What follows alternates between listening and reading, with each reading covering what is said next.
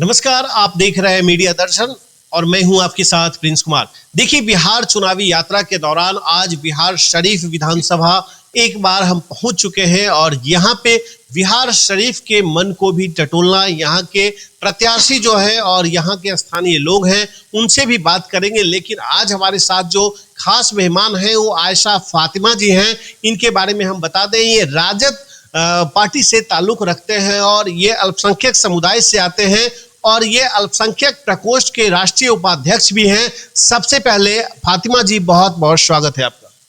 बहुत बहुत शुक्रिया। क्या कहेंगे, अब विधानसभा चुनाव बस कुछ ही दिनों में होने वाला है। हमें लगता है एक से 2 दिन में आचार संहिता भी लागू हो जाएगी पूरे बिहार में। कैसे देखते हैं, कितनी तैयारी है? तैयारी मेरी पूरी है, मजबूती के साथ है। अपने एरिया में क्षेत्र में 172 विधानसभा में पूरी पकड़ है, तो उसमें कहीं पर डाउट नहीं है। कहीं पे डाउट नहीं है। आपको क्या लगता है फातिमा जी, क्या जरूरत है वास्तव में बिहार शरीफ की जनता को?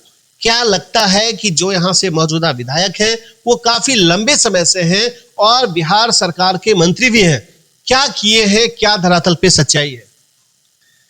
हमारे माननीय नेता प्रतिपक्ष तेजस्वी यादव जी का कहना है 15 साल में जो है इंजन भी खटारा हो जाती है और खटारे इंजन की गाड़ी को ज़रूरत ही होती है, आवश्यकता नहीं होती है, तो उसको चेंज करना चाहिए, परिवर्तन करना चाहिए।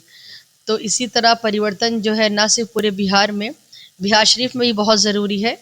और यहाँ पे जो माननीय विधायक जी हैं उन्होंने एज सच फार इतना कुछ काम किया नहीं है। जो अगर वो कुछ इतना इस तरह का काम किए हुए होते तो जो बिहार शरीफ को स्मार्ट सिटी कहा जाता है वो वास्तविक रूप में भी स्मार्ट सिटी होता।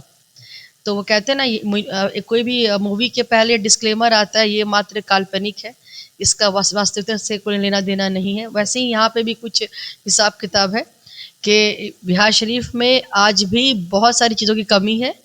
तो उन सारी चीज़ों को ध्यान में रखते हुए राजद की इस बार सरकार आएगी और बिहार शरीफ में राजद की सीट निकलेगी और यहाँ से पूरा जो काम जो नहीं हुआ है अब तक वो सारा काम होगा, जिसमें आप कह सकते हैं सफाई को लेकर के, शिक्षा के क्षेत्र में, स्वास्थ्य के क्षेत्र में और पलायन को लेकर के, जॉब को लेकर, रोज़गार को लेकर के।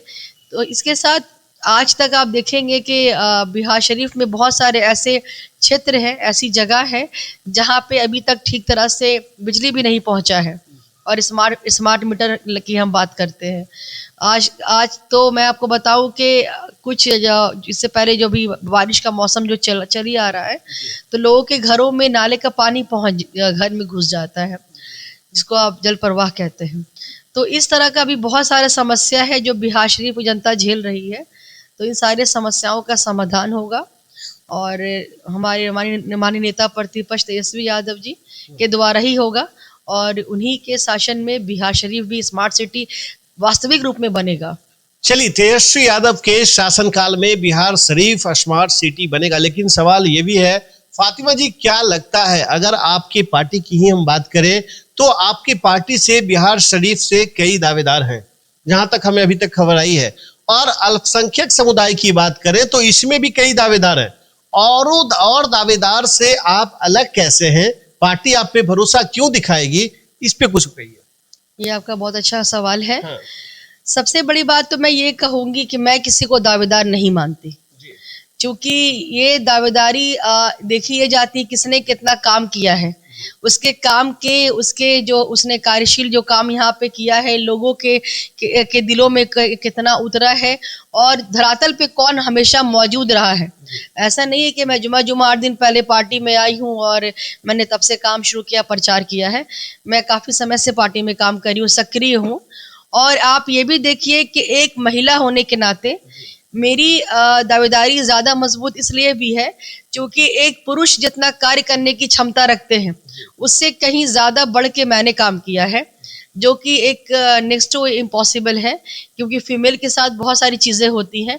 नॉर्मली प्राकृतिक ने फीमेल को बनाया ही एक कोमल, लेकिन उन सब चीज़ों से दूर हटते हुए मैंने हर एक चुनौती को पूरी तरह से पूरा किया है, चाहे वो आधी रात में कंबल बांटना हो, या बारिश में, या गर्मी में, या धूप में, या मैदान में। मैं हमेशा खड़ी रही हूँ, जहाँ जहाँ ज़रूरत हुई मैं मौजूद रही हूँ। किसी के भी अच्छे में बुरे में सब जगह मैं भागीदारी बनी हूँ। तो मैं ये कहना चाहूँगी कि मैं हर तरह से सक्षम हूँ एक महिला होने के नाते, और पढ़ी लिखी भी मेरी सूझबूझ है, मेरी अपनी रणनीति है। तो मैं चाहूँगी कि महिला को आगे लाने का काम किया जाए, क्योंकि महिला सिर्फ माँ बहन योजना बनाने से लेकर के और उनके लिए सारी आवश्यकताओं की पूर्ति करने से लेकर के हर एक चीज़ में उनको आगे लाया जाए, ताकि महिला की भागीदारी राजनीति में भी बढ़े और राजनीति और पार्टी इससे मजबूत हो। जी, लेकिन सवाल ये भी है फातिमा जी कि अभी जो मौजूदा परिस्थिति है बिहार शरीफ की, आप अल्पसंख्यक समुदाय से आते हैं, आप हिंदू समाज के लोगों को साधने के लिए क्या समीकरण तय कर रहे हैं? क्योंकि राजद का ये फॉर्मूला बिहार में पॉलिटिकल एंगल से माना जाता है कि MY इज द फिक्स समीकरण ऑफ राजद। कैसे देखते हैं आप? देखिए, सबसे पहले तो मैं इस बात की पुष्टि कर दूं कि नेता किसी एक जात का नहीं होता है, किसी एक धर्म का नहीं होता है। नेता जो होता है या नेत्री जो होती है, वो जनता के लिए होती है, देश के लिए होती है, अपने कंट्री के लिए होती है। तो नेता को किसी भी एक धर्म को लेके चलना या एक समुदाय के प्रति चलना, ये पूरी तरह से गलत है। नेता को जनता के हित में जो है उनके भले के लिए सोचना, वो नेता का काम है। नहीं, सवाल मेरा सवाल मैं आपके सवाल पे भी आ रही हूँ। तो इस बात को तो दिमाग से निकाल देना चाहिए कि अल्पसंख्यक और ये वाली बात को। दूसरा, देखिए, ये लोगों की यही सोच है कि राजद का वोट बैंक MY समीकरण पे बैठा हुआ है। ऐसा बिल्कुल नहीं है।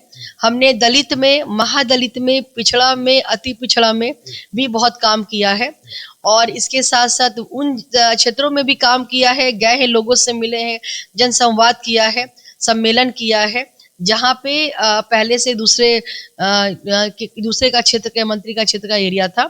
तो उन सारे लोग जो है इस बार परिवर्तन चाहते हैं, इस बार बदलाव चाहते हैं, और हमारा समीकरण और हमारी पैठ सबके साथ बहुत बढ़िया बैठती है।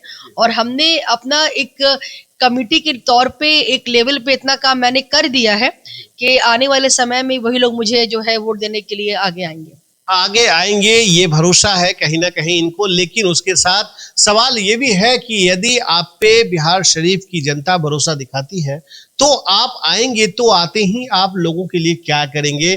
क्या ऐसा रणनीति होगा, आपका क्या रोड मैप होगा जिससे बिहार शरीफ की पूरी तस्वीर बदलेगी? बिहार शरीफ की पूरी तस्वीर बदलेगी, जब पूरे बिहार की भी बदलेगी। और इसका मैं आपको उदाहरण के तौर पे समझाना चाहती हूँ कि जो हमारे नेता प्रतिपक्ष तेजस्वी यादव जी का जो माँ बहन योजना है, जिसमें उन्होंने ये वादा किया है कि वो सभी फीमेल्स के अकाउंट में, सभी महिलाओं के अकाउंट में 2500 रुपये हर महीने वो धनराशि देंगे। इसके